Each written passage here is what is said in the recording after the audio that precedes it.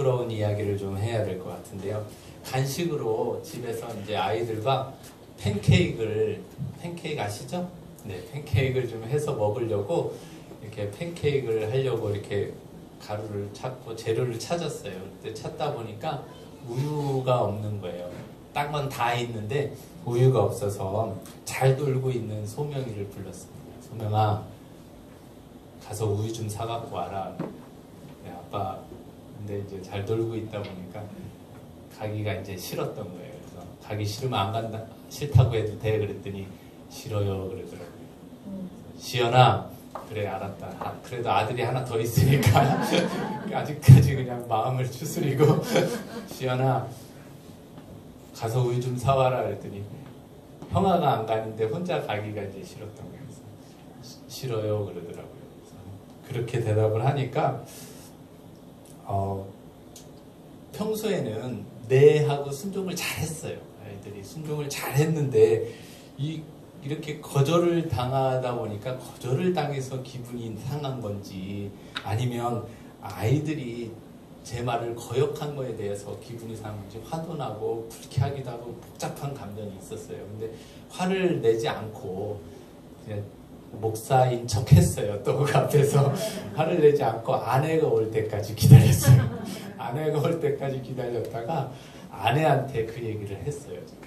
제가 얘기를 했더니 이제 아내한테 혼내달라고 잃는 거죠. 제가 일렀어요. 그랬더니 제 아내가 그 현숙한 아내라 이제 소명이랑 시연이를 딱 불러다 놓고 이제 혼을 내는 거예요. 이제 제 기분을 풀어주기 위해서 설명을 하는 거예요. 얘들아, 엄마, 아빠가 너희들한테 이렇게 부탁을 하고 얘기를 했을 때는 순종을 해야지 하면서 이렇게 설명을 하고 그다음에 혼을 내고 이제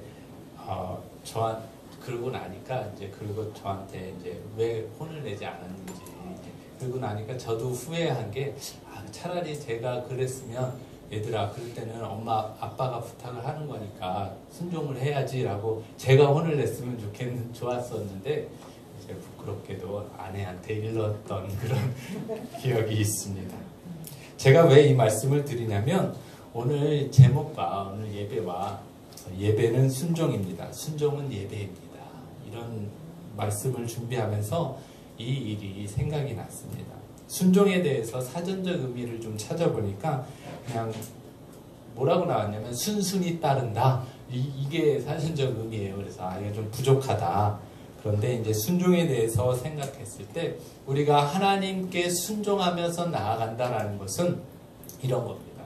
내 생각과 내 계획이 있지만 그것을 버리고 그것을 포기하고 우리의 순종의 대상이 되시는 하나님의 계획과 하나님의 말씀에 뭐 하는 거예요?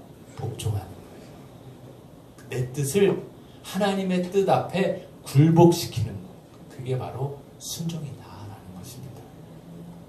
반대로 그래서 불순종을 반대로 설명을 하면 뭐 어떻게 되냐면 하나님의 생각에 하나님의 계획에 내가 뭐 하지 않는 거예요? 굴복하지 않는 거예요. 좋게 말해서 이것을 하나님의 생각에 내가 굴복하지 않고 불순종했다 이렇게 얘기하는 것이지 이것을요 적극적인 의미로 이야기하면 하나님을 반대하고 하나님을 대적하는 거예요. 하나님의 생각에 대해서 대적하고 반대하는 것입니다. 그래서 순종은 하나님의 생각을 내가 지지하고 그것이 옳게 받아들이고 거기에 순종하는 것이기 때문에 그 순종할 때 어떤 일이 일어나냐면요. 하나님의 영광이 드러나게 되어 있다는 겁니다. 그래서 하나님께 영광을 드러나게 하는 것. 그게 뭐예요? 그걸 예배다라고 이야기하는 거예요. 예배다. 그래서 순종이 예배가 될 수 있는 것입니다. 오늘 본문은 우리가 잘 아는 대로 아브라함의 이야기입니다. 아브라함이 100세에 얻은 아들 이삭을 하나님께서 그를 시험하시려고 번제로 바치라. 그를 번제로 드리라 라는 말씀에 아브라함은 어떻게 했습니까? 순종했어요. 순종했어요. 아브라함이 할 수 있었던 생각이 있었을 겁니다. 첫 번째로 그 말씀에 반항을 하든지, 그쵸? 아니면 변명을 할 수도 있었을 거예요. 근데 여러분들 여기서 보세요.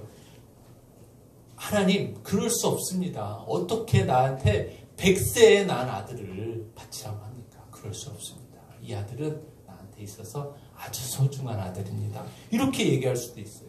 혹은 하나님, 그것은요, 인신제사를 드리는 것은 이교도들이 아주 악한, 하나님이 미워하시는 이교도들이 드리는 제사입니다. 하나님, 그걸 시키시다니요. 그럴 수 없습니다. 이렇게 얘기할 수도 있었다라는 거예요. 하나님의 말씀에 만약에 우리가 반항이나 변명을 하고 있다면, 반항이라는 것은 바로 이런 것입니다. 반항은 내 생각에는 하나님이 틀렸기 때문에 도저히 받아들일 수 없다. 그게 반항이에요. 그렇죠. 하나님의 생각과 계획이 틀렸기 때문에 도저히 받아들일 수 없다. 이게 반항입니다. 변명이라는 것은 또 이런 겁니다. 나의 상황과 형편을 주님이 알지 못한다라는 거예요. 하나님이 당신이 내 처지를 몰라서 그러는데 이런 나는 할 수가 없어요. 그럴 수 없다라는 거예요. 내 형편에 지금 하나님 그렇게 요구하는 게 말이 됩니까? 그렇게 얘기하는 게 변명이라는 거예요. 자, 이것은 무슨 얘기냐면 하나님이 나를 모르신다. 내가 하나님의 말씀에 변명하고 있다면 내가 하나님을 어떻게 취급하냐면 하나님은 나를 모르시는 분이다 라고 취급하고 있다는 거예요. 내 상황도 모르고 내 형편도 모르고 내 사정도 모르는 그런 하나님으로 내가 하나님을 여기고 있다라는 것입니다. 그리고 내 생각과 내 계획과 다름으로 도저히 동의할 수 없다. 이게 바로 우리 불순종의 정체다라는 것입니다. 여러분들, 이것은요, 하나님이 전지전능하신 우리의 모든 상황과 우리의 상황과 형편을 우리의 중심까지도 알고 계신 분이라는 것을 부정하는 것입니다. 그 믿음을 우리가 부정하는 것입니다. 그리고 하나님의 계획과 하나님의 말씀은 언제나 선하시다라는 것을 뭐 하는 거예요? 부정하는 거예요. 믿지 않는다라는 것입니다. 오늘 본문의 아브라함은요, 순종했어요. 하나님의 말씀에 순종했어요. 그가 순종할 수 있었던 이유는 그가 75세 때 아브라함을 하나님이 부르십니다. 내 본토 친척 아비집을 떠나 내가 지시할 땅으로 가라. 그러면서 100세에 누구를 낳았어요? 이삭을 낳았잖아요. 한 25년간 그는 하나님과 동행하면서 하나님의 말씀에 순종하면서 따라간 결과 25년간을 따라본 결과 그의 생각에는 뭐라는 거예요? 하나님을 경험하면서 배운 것이 있는데 그게 뭐냐면 하나님은 언제나 선하시다. 하나님은 언제나 선하시고 내가 이해가 안 돼도 내 생각과 달라도 하나님의 계획과 하나님의 말씀에 따라서 가다 보면 그것이 언제나 선하고 옳다라는 것을 그는 뭐 했다라는 거예요? 25년 동안 체험하고 그것을 깨달았기 때문에 그는 하나님의 말씀에 100세에 낳은 그 아들 이삭을, 내 독자 이삭을 제물로 드려라 라는 그 명령에 순종할 수 있었다. 여러분들, 여기서 우리가 이해할 수 있었던 것은 뭐냐면 우리가 꼭 기억해야 될 것은 하나님은 언제나 뭐라는 거예요? 선하시다. 하나님은 언제나 선하시다. 이것을 우리가 꼭 기억하시기 바랍니다. 내가 어떤 상황에 있다 할지라도 내 생각과 내가 기도하는 방향과 다르게 흘러간다 할지라도 이해할 수 없는 상황이 온다 할지라도 우리는 어떻게 해야 된다고요? 하나님은 언제나 선하시다. 그것을 꼭 기억하시기 바랍니다. 그것이 잘 안 받아들여지고 인정이 안 될 때 힘들어도 우리가 이런 믿음의 고백을 할 필요가 있어요. 입술로 한번 연습해 보겠습니다. 하나님은 언제나 선하시다. 아멘. 아멘. 그런 믿음의 고백을 날마다 그럴 때마다 주님 앞에 드리시길 주님의 이름으로 부탁드립니다. 아멘. 예배가 순종이 예배라고 했는데 왜 그러한가를 오늘 말씀을 통해서 조금 더 자세히 살펴보도록 하겠습니다. 요한복음 14장 21절 말씀을 한번 다 같이 읽겠습니다. 요한복음 14장 21절 시작. 나의 계명을 가지고 나를 사랑하는 자니 나를 사랑하는 자는 내 아버지께 사랑을 받을 것이요 나도 그를 사랑하여 그에게 나를 나타내리라. 아멘. 여기 말씀해 보면 나의 계명을 가지고 지키는 자, 그게 뭐예요? 순종이죠. 순종하는 자를 하나님이 뭐 한다고요? 나를 하나님을 사랑하는 자다라고 하나님이 여기신다라는 겁니다. 그리고 그러한 하나님을 사랑하는 자를 하나님이 뭐 하신다고요? 하나님이 사랑해 주시고 내 아버지께서 사랑을 받을 것이요. 아버지 하나님이 사랑해 주시고 그 다음에 그에게 나를 뭐 하신다고요? 나타내시겠다. 내 자신을, 우리는 하나님을 볼 수 없지만 하나님의 자신을 우리에게 뭐 해주신다는 거예요? 보여주신다. 나타내 주신다. 이게 바로 신학적인 용어로 얘기하면 계시해 주신다라는 겁니다. 우리가 예배로 나아갈 때 예배는 누구를 찾는 겁니까? 하나님을 찾는 거예요. 하나님을 구하면서 나갈 때 우리가 온전한 예배로 드릴 때 하나님은 우리에게 자신을 뭐 해주시는 거예요? 내어주시는 거예요. 보여주시는 거예요. 그게 바로 예배 가운데 일어나는 것입니다. 그런데 하나님을 사랑하고 하나님을 순종하는 자에게 하나님을 사랑하고 하나님을 순종하는 자에게 하나님이 사랑해 주시고 우리를 나타내 주신다. 계시해 주신다. 이것이 바로 그래서 순종이 예배가 되는 것이다 라는 것입니다. 그러므로요 우리가 하나님의 말씀에 순종하지 않고 우리는 진정한 예배자가 될 수 없습니다. 여러분들이 몸은 예배로 드리러 나와 있지만 하나님의 말씀에 순종함이 없다면 여러분들은 진정한 예배자가 아닙니다. 또 예배 때 하나님을 만나지 못하고 돌아간다면 우리는 그 예배에 뭐 한 거예요? 실패한 거예요.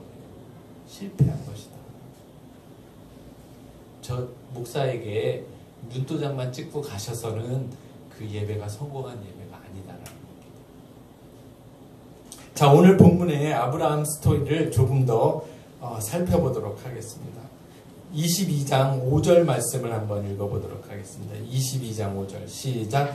이에 아브라함이 종들에게 이르되 너희는 나귀와 함께 여기서 기다리라. 내가 아이와 함께 저기 가서 예배하고 우리가 너희에게로 돌아오리라. 아멘. 자, 여기 너희는 종들과 같이 갔지만 종들에게 기다리라라고 하면서 내가 아이와 함께 가서 뭐하고 오겠다고요? 예배하고 오겠다. 이렇게 얘기합니다. 그리고 9절 말씀 보겠습니다. 9절 시작. 하나님이 그에게 일러주신 곳에 이른지라. 이에 아브라함이 그곳에 제단을 쌓고 나무를 버려놓고 그의 아들 이삭을 결박하여 제단 나무 위에 놓고. 아멘.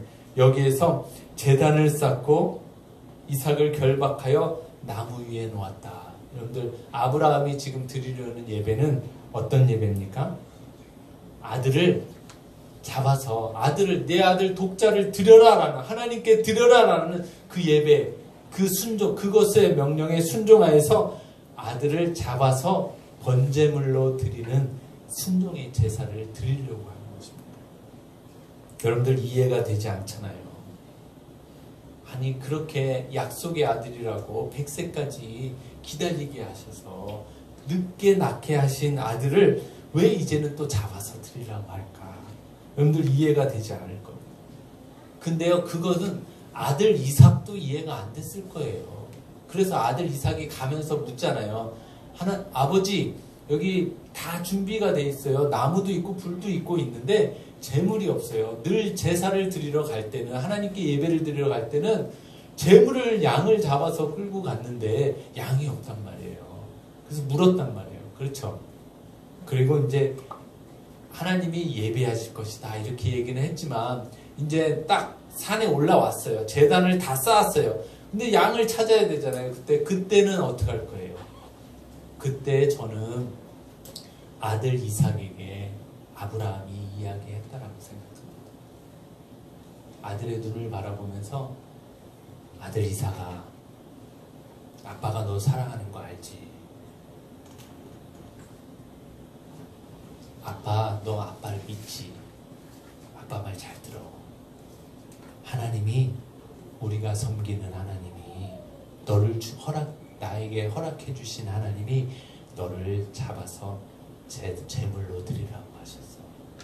그런데 아빠는 믿는다. 널 생명을 나에게 주신 하나님이 내가 너를 제물로 잡아서 드려도 너를 다시 살려주실 거라고 나는 믿어. 그렇게 아들 이삭에게 이야기했다라고 생각합니다.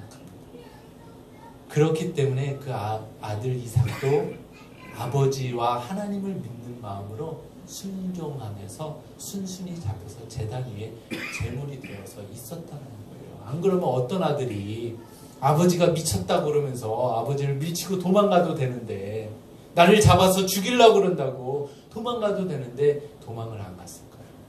그 말씀이 히브리서 11장 17절부터 19절의 말씀에 나와 있습니다. 한번 다 같이 한번 읽어보도록 하겠습니다. 우리 히브리서 11장 17절 말씀부터 읽겠습니다. 시작. 아브라함은 시험을 받을 때 믿음으로 이삭을 드렸으니 그는 약속을 받은 자로되 그 외아들을 드렸느니라. 그에게 이미 말씀하시기를 내 자손이라 칭할 자는 이삭으로 말미암으리라 하셨으니 그가 하나님이 능히 이삭을 죽은 자 가운데서 다시 살리실 줄로 생각한지라. 비유컨대 그를 죽은 자 가운데서 도로 받은 것이라. 아멘. 히브리 기자가, 훗날의 히브리 기자가 아브라함을 평가하면서, 믿음의 그 믿음을 평가하면서 뭐라고 얘기했습니까? 아들 이삭을 잡아서 죽여서 드려도 하나님이 다시 그를 죽은 자 가운데서 살려주실 것이라는 믿음을 갖고 있었다라고 기록하고 있잖아요.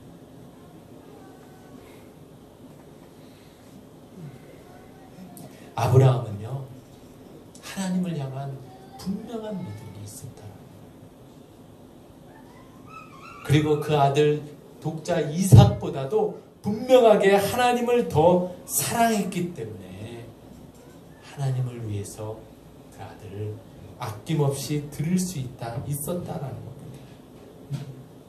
여러분들, 우리가요, 혹시 우리 가운데 그런 하나님을 신뢰하지 못해서 하나님보다 내가 더 사랑하고 있는 것이 있다면 우리 그런 것들을 시간 내려놓을 수 있는 그런 복된 은혜의 시간들이 되시기 바랍니다. 사랑의 순종은 바로 하나님 앞에 온전한 예배로 주님이 받으셨다라는 겁니다. 창세기 22장 12절 말씀. 그래서 그 아들을 이제 잡아서 죽이려고 제물로 드린다라는 것은요, 죽여서 온전히 각을 떼어서 안에 있는 모든 내장들을 다 끄집어내고 다 사지를 절단하고 하나님 앞에 불로 태워서 드리는 거예요. 그래서 잡으려고 그러자 하나님이 급하게 그를 막으셨다라는 겁니다. 그러면서 12절 말씀에 이렇게 이야기합니다. 12절 다 같이 읽겠습니다. 시작. 사자가 이르시되 그 아이에게 내 손을 대지 말라. 그에게 아무 일도 하지 말라. 내가 내 아들 내 독자까지도 내게 아끼지 아니하였으니 이제야 내가 하나님을 경외하는 줄을 알아라. 아멘. 내 아들 독자까지도, 아브라함에게는 가장 귀한 사람이, 가장 귀한 것이 그 100세에 낳은 아들 이삭이었을 것입니다. 그것까지도 하나님께 아낌없이 드릴 수 있는 자라는 것을 주님이 시험하신 후에 이제야 내가 하나님을 경외하는 줄을 아노라 라고 말씀하셨습니다. 근데 하나님의 말씀에 순종했더니 하나님이 뭐라고 말씀하셨습니까? 순종 잘했다. 그게 아니라 내가 나를 이제야 경외하는 줄을 알겠다. 이렇게 말씀하셨어요. 바꿔서 얘기하면 하나님을 경외하는 자가, 하나님을 두려움으로 섬길 수 있는 자가 순종할 수 있다는 거예요. 경외라는 얘기는요, 하나님을 두려움으로 사랑과 존경이 있는 두려움의 대상이 되는 거예요. 그게 바로 경외한다라는 거죠. 하나님을 존중히 여겨, 하나님을 하나님으로 존중히 여겨 드리는 것, 그게 바로 경외라는 거예요. 그렇기 때문에 순종과 경외는요, 뗄래야 뗄 수 없는 관계가 된다는 겁니다. 이 말씀을 한번 정리해 보면요, 하나님을 경외하는 것과 순종은 같은 맥락입니다. 그렇죠. 그리고 하나님을 사랑해서 그 말씀을 지키는 것을 하나님의 그러한 자에게 나를 뭐 하시겠다고요? 보여주시겠다. 나타내 주시겠다. 계시해 주시겠다라고 했기 때문에 그 순종은 하나님을 만날 수 있는 예배가 된다라는 것입니다. 자, 그러면 순종이 우리에게 경외에서, 하나님을 경외하는 마음에서 나오지 않는다면 우리는 그게 위선이 될 수도 있다는 거예요. 그런데 하나님 앞에 와서 드려지는 이 예배가요, 하나님을 경외하는 마음이 없다면 여러분들의 그 예배는 위선의 예배가 될 수 있습니다. 하나님을 두려워하고 경외하는 마음이 없이 여러분들 봉사하고 헌신하고 있다면요, 그 봉사와 헌신은 위선의 봉사와 헌신이 될 수 있다는 거예요. 우리는 하나님을 경외함으로 순종해야 되고 하나님을 사랑하기 때문에 그 사랑의 결과가 뭐라는 거예요? 순종이라는 거예요. 그리고 그 순종의 결과가 이렇게 나와서 하나님을 사랑하기 때문에 예배하고, 하나님을 사랑하기 때문에 내가 기꺼이 우리 공동체와 교회를 위해서, 하나님을 위해서 기꺼이 헌신하고 수고하고 애쓰고 봉사하는 마음, 그러한 마음의 동기가 우리 가운데 있어지시길 주님의 이름으로 부탁드립니다. 성경에 또 다른 반대되는 이야기를 한번 성경에서 찾아보겠습니다. 그 이야기는 사울왕 이야기입니다. 사무엘상 15장 3절 말씀 다 같이 한번 읽어보도록 하겠습니다. 15장 3절 시작. 지금 가서 아말렉을 쳐서 그들의 모든 소유를 남기지 말고 진멸하되 남녀와 소아와 젖먹는 아이와 우양과 낙타와 나귀를 죽이라 하셨나이다 하니. 아멘. 하나님께서 사무엘 선지자를 통해서 사울에게 이제 죄가 가득하여서 심판의 때가 된 아말렉을 쳐서 진멸하라고 말씀하십니다. 그런데 사울이 이 말씀을 듣고 어떻게 했습니까? 사무엘상 15장 8절과 9절 말씀 다 같이 읽겠습니다. 시작. 아말렉 사람의 왕 아각을 사로잡고 칼날로 그의 모든 백성을 진멸하였으되 사울과 백성이 아각과 그의 양과 소의 가장 좋은 것 또는 기름진 것과 어린 양과 모든 좋은 것을 남기고 진멸하기를 즐겨 아니하고 가치 없고 하찮은 것은 진멸하니라. 아멘. 하나님의 말씀대로라면 아말렉에 속한 모든 것은 다 뭐 해야 돼요? 진멸해야 돼요. 왜냐하면 죄가 가득했기 때문에 이것은 하나님의 심판입니다. 그래서 모든 것을 다 진멸해야 되는데 하나님의 말씀대로 하지 않고 사울이 어떻게 했어요? 왕은 사로잡고 그 다음에 양과 소떼 가운데 좋은 것, 모든 좋은 것만 다 남기고 가치 없는 것만 다 죽였다라는 겁니다. 여러분들 이게요, 사울이 누구의 생각대로 했습니까? 자기의 생각대로 했다는 겁니다. 그러자 사무엘 선지자가 와서 사울을 책망하자 뭐라고 얘기했습니까? 사울이 변명을 하는데 사무엘상 15장 20절 21절 말씀 다 같이 한번 읽겠습니다. 시작. 사울이 사무엘에게 이르되 나는 실로 여호와의 목소리를 청종하여 여호와께서 보내신 길로 가서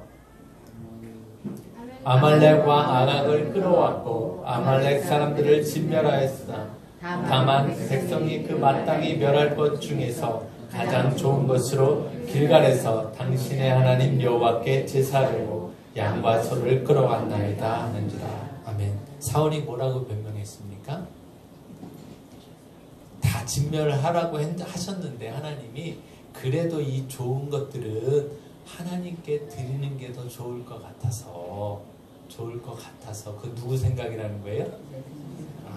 사울의 생각이었다라는 겁니다. 내 생각이, 지금 사울의 태도는 어떤 태도냐면 내 생각이 누구의 생각보다 옳다라는 거예요?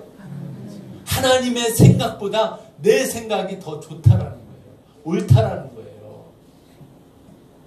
하나님의 말씀에 불순종했다라는 것은요, 그러한 의미를 내포하고 있다는 거예요. 내가 인정하지 않든 안 하든 사울의 생각이 하나님의 생각보다 더 옳다라고 라고 말하고 있는 것입니다. 진멸하는 것보다는 제사로 쓰는 게 더 낫지 않겠느냐라고 마음대로 이야기한다라는 겁니다. 정리해보면요. 사울은 하나님과 생각이 같았습니까? 달랐습니까? 달랐어요. 그런데 달랐는데 어떻게 했어요? 달랐는데 생각이 다를 수 있잖아요. 우리도 하나님과 나의 생각이 다를 수 있어요. 그럴 때 우리는 어떻게 해야 합니까? 하나님의 생각이 더 선하심을 우리는 인정해야 되잖아요. 그런데 사울은 뭐 했다고요? 변명했다고요. 변명했다. 그 결과 어떻게 합니까? 불순종했다. 불순종했다. 이 얘기는요, 앞서서 말씀드린 대로 하나님의 생각과 하나님의 계획과 사울의 생각과 사울의 계획이 뭐 했다라는 거예요? 충돌했다라는 겁니다. 충돌했다.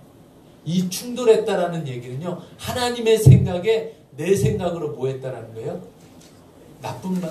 좋은 얘기가 충돌했다지 더 좀 심한 적나라한 얘기로 하면 대적했다라는 거예요. 하나님의 생각에 대적했다. 내 생각으로 대적했다. 그 결과 하나님은요, 사울을 왕으로 세운 것을 뭐 하셨다고요? 후회하셨다. 그러면서 사무엘상 15장 22절 23절에 이렇게 고백하고 있습니다. 시작. 사무엘이 이르되 여호와께서 번제와 다른 제사를 그의 목소리를 청종하는 것을 좋아하신 것 같이 좋아하시겠나이까. 순종이 제사보다 낫고 듣는 것이 수장의 기름보다 나으니. 또 이어서요. 이는 거역하는 것은 정치는 죄와 같고 완고한 것은 사신의 우양에게 절하는 죄와 같음이라. 왕이 여호와의 말씀을 버렸으므로 여호와께서도 왕을 버려 왕이 되지 못하게 하셨나이다. 아멘. 사울이 생각이 다른 결과 사울은요, 누구의 생각을 버렸습니까? 하나님의 생각을, 하나님의 말씀을 버린 결과 하나님도 사울을 버리셨다. 이렇게 말씀하고 있습니다. 여러분들, 불순종은요, 단순히 그 말에 대해서 무시하는 것이 아닙니다. 적극적인 의미는요, 그 말에 대해서, 그 생각에 대해서 대적하는 거예요. 그렇기 때문에 하나님은 사울의 불순종으로 인해서 사울을 버리셨다라는 겁니다. 자, 여기 아브라함의 순종과 사울의 불순종이 있습니다. 아브라함의 순종의 이유를 창세기 22장 12절에는 하나님을 경외했기 때문에 그가 순종했다라고 말하고 있습니다. 하나님을 내가 경외하는 줄 알았다. 아브라함의 순종의 이유는요, 하나님을 경외했기 때문에 그렇습니다. 근데 사울의 불순종의 이유를 사무엘상 15장 24절에 자신의 입으로 이렇게 얘기합니다. 뭐라고? 다시 한번 볼까요? 시작. 내가 여호와의 명령과 당신의 말씀을 어긴 것은 내가 백성을 두려워하여 그들의 말을 청종하였습니다. 사울이 하나님의 말씀을 불순종한 이유는 뭐라고요? 누구를 두려워했기 때문에요? 백성을 두려워했기 때문에. 여러분들, 사울은 누구를 두려워해야 합니까? 그를 왕으로 세우신 그 모든 권세와 권세를 주관하고 계신 하나님을 더 두려워했어야 됐어요. 그런데 그 말을 무시하고 백성을 더 두려워한 결과 결국은 하나님의 말씀에 불순종했다. 여러분들이 여기서 우리가 알 수 있는 것은요, 우리 모든 그리스도인들이 하나님을 경외하지 않고 하나님을 두려워하지 않고 세상을 두려워하고 있다면 우리는 하나님의 말씀에 우리도 불순종할 수 있다는 거예요. 하나님을 더 두려워하지 않고 세상 사람들의 말을 더 두려워하고 세상 사람들의 환경을 더 두려워하고 세상을 두려워하고 있다면 우리도 역시 하나님의 말씀에 불순종하는 자가 될 수 있다는 겁니다. 여러분들은 누구를 더 두려워하고 계십니까? 여러분들, 우리는 하나님을 더 두려워함으로 하나님을 섬기실 수 있는 복된 믿음의 사람들이 모두 다 순종의 사람들이 되어지시길 주님의 이름으로 부탁드립니다. 말씀을 정리하겠습니다. 우리 순종이 예배인 이유가 무엇입니까? 우리가 하나님의 말씀을 사랑하고 하나님의 말씀에 순종하는 자에게 하나님은 우리를 사랑해 주시고 하나님을 자신을 나타내 주시겠다라고 말씀하십니다. 그렇기 때문에 우리가 하나님께 순종을 드리고 하나님은 우리에게 자신을 나타내 주시고 이것이 바로 예배다라는 것입니다. 여러분들 우리가 순종이 예배라면 여러분들은 남편이 아내를 사랑하지 않으면 여러분들은 예배에 실패한 것입니다. 순종이 예배라면요, 우리가 부모를 공경하지 않고 있다면 예배에 실패하는 거예요. 아내가 남편의 말에 순종하지 않으면 여러분들 예배에 실패하고 있는 거라는 거예요.